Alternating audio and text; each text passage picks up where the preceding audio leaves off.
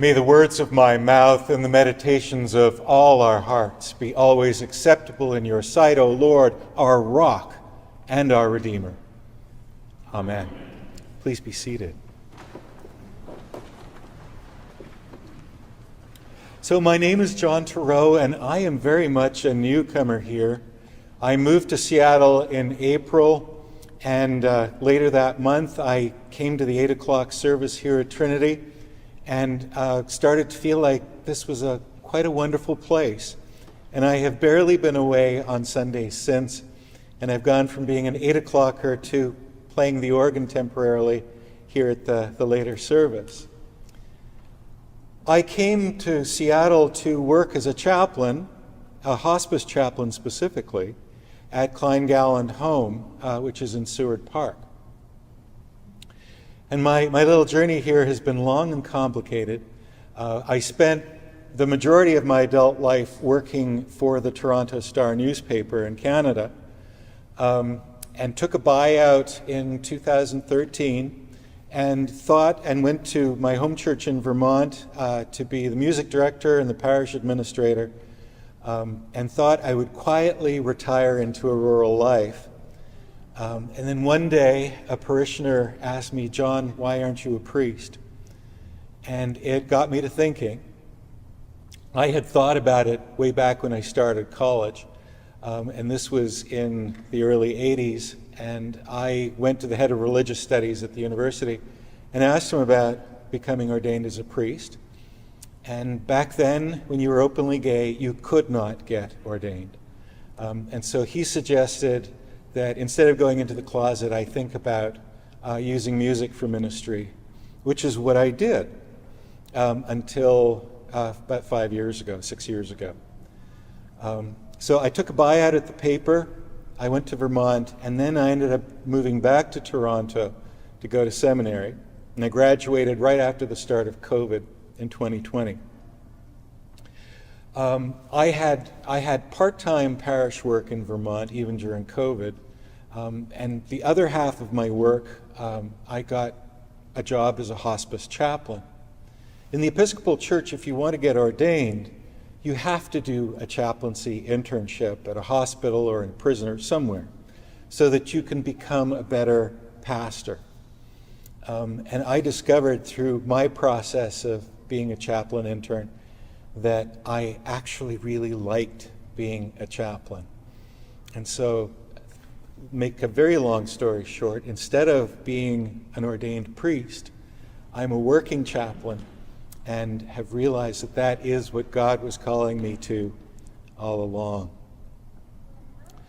I sit with people at the ends of their lives, and it's a very tender and incredibly wonderful place to be, as strange as that sounds.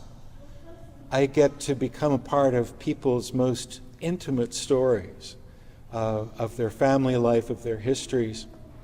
And I notice over and over again how many people arrive at a place of discomfort at the end of their life because they're not quite sure if they've been good enough to go to heaven. People who have maybe not gone to church, but have picked up stuff, the little bits and bobs that we still have of Christianity in our culture, and have pieced together this thing about you have to be really good in order to make it to heaven. And so I don't think I would bring today's gospel lesson to sit with a hospice patient.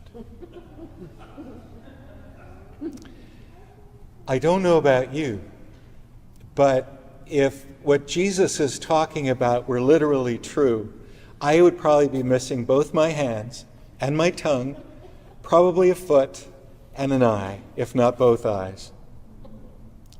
None of us go through life without getting in the way of something good at some point, unintentionally or intentionally. It's why we have our prayer of confession every week. And one of my profs in seminary insisted that whenever we run into a passage that looks particularly ornery or difficult, that we not simply turn the page, which is the inclination to do, but to stop and see, what is it here? What is going on here? What is Jesus talking about? Well, for one thing, Jesus' disciples have not been behaving particularly well at this point in Mark's gospel account. They have gone out to do their own ministry as Jesus sent them, and they have not been entirely successful. They've had trouble casting out demons, and that has frustrated them. And they have seen other people who are not disciples doing exactly that same work successfully. And so they're jealous and upset, and they're wondering what's going on. And this is the point they've come back to Jesus to ask about this. They've also been talking amongst themselves about which one's the greatest, which, as we know, is not exactly part of Jesus' plan either. And so Jesus is upset, and Jesus is upset a lot in Mark's gospel. And so he uses these harsh words probably to get their attention more than to get out the machete and start chopping things off. I think the key to understanding this particular passage is in the mention of salt later on. Salt is an absolutely essential part of life on earth for biology, our own bodies, and of course we use salt to survive and to eat. And salt is always salt. It's sodium and chloride combined in a particular way, and it always is what it is. So it's a little bit mystifying to think about salt losing its flavor. It's not the salt that changes. We're the ones who change. We stop noticing the flavor. We stop using it. We take it for granted. It just becomes part of the wash of everyday life. And so Jesus is calling his disciples and our attention back to something special about salt, something eternal about salt. One of those things is salt is a chemical, an agent of change. Salt melts water, melts ice. It changes the properties of the water. Salt changes the properties of most things that it touches or gets mixed up with. In the days before refrigeration, salt was essential for preserving food. Salt is essential for our blood chemistry. And so I think what Jesus is trying to say is reintroduce yourselves to this agent of change. Become part of this process of change again. And if we read those comments about cutting off an arm or a leg or pulling out an eye, isn't Jesus really saying, if we encounter a bad situation, don't just accept it. Don't just be there. Change it. You can change it. And his example of change is extreme, but it's change nonetheless. And maybe it would be more like the change that Jesus practices and preaches elsewhere in Mark's gospel and in the other gospels. There's one instance in particular that would be a good illustration, I think. In Matthew's gospel, I believe it is, a centurion comes to ask Jesus to come and heal his daughter. The centurion represents the Roman Empire and everything that is evil in the lives of the people in the Israel of that time. And Jesus does not say, okay, fine, let's take care of this, but first let me slice off some of your body parts. Jesus follows the centurion and causes his daughter to be healed. So Jesus is not concerned about retribution. Jesus is concerned with healing and change. Our readings are often meant to complement each other, like the Old Testament reading and the Gospel especially. And even today's letter from James, isn't that letter all about realizing what you have in the way of a blessing and doing something about it, sharing it, helping, and praying in order to share it with others. And we have one Sunday in the year in which we can hear from the Gospel of Esther, and that is today. And there are not Gospel, the Book of Esther. There's two books in the Old Testament named after women, Ruth and Esther. And they are both very special books. I read the book of Ruth regularly to hospice patients who are no longer able to communicate, because it's such a tender journey into people helping each other and being there for each other in difficult times. The book of Esther is a much more dramatic book, and it too, it's very short, and I highly recommend you read it, because today's reading has tried to condense an awful lot of stuff into just a few verses. But Esther is a Jewish girl, and she has become queen because of a beauty pageant that the king held.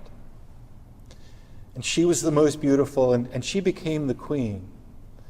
But the king doesn't know that she's Jewish, and he is the emperor of the Persian Empire. In real history, this is Xerxes II, so this is a real historical story.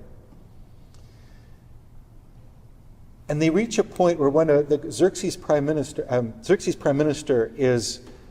has decided that he wants all the Jews in the empire killed. And Esther is the one who can actually change the course of this plan. And so she has to make the decision on whether to reveal her ancestry and her ethnic background and her religion, or keep quiet and keep her very special spot at the heart of the empire. Well, Esther does the right thing, and all of the Jews are saved. And the holiday that we hear about at the end of the reading is the holiday that still gets to be celebrated every year. It's called Purim. And I chose this morning's piano prelude because it's dedicated to a man called Raymond Dice. And he was among Darius Milhaud and all of these young men and women who came out of World War I looking for something different in a world that had gone badly wrong. And Raymond Dice was from a wealthy family, and he decided to start a little publishing company. And he published music, the music of people like Darius Milhaud and Francis Poulenc, and all of these adventurous, crazy young people who were all around Paris after World War I. Dice had been gassed on the front lines during World War I. When the German armies advanced in 1940 and it became clear that France was going to be overrun, Milhaud and his family escaped to California. Dice stayed in Paris. And he became the publisher of the first newspaper of the French resistance because he had a printing press and he felt like he had to do something. He was guillotined by the Germans in 1943.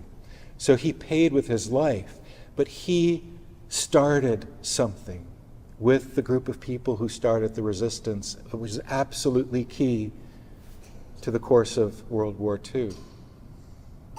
So Esther and Raymond Dice are such dramatic examples of people becoming salt, being agents of change, being agents of love and reconciliation, and doing something good in the world. And I don't know about you, but I would not be able to do something that dramatic, I think. But we are called each in our individual way to recognize, to, as Sabeth has been saying, to keep our eyes open, to be surprised and amazed by what we might find. And that amazement includes opportunities to be salt that transforms and changes other people and other lives and communities, and allows Jesus' message of healing and reconciliation, of peace of love to become real in this world. Amen.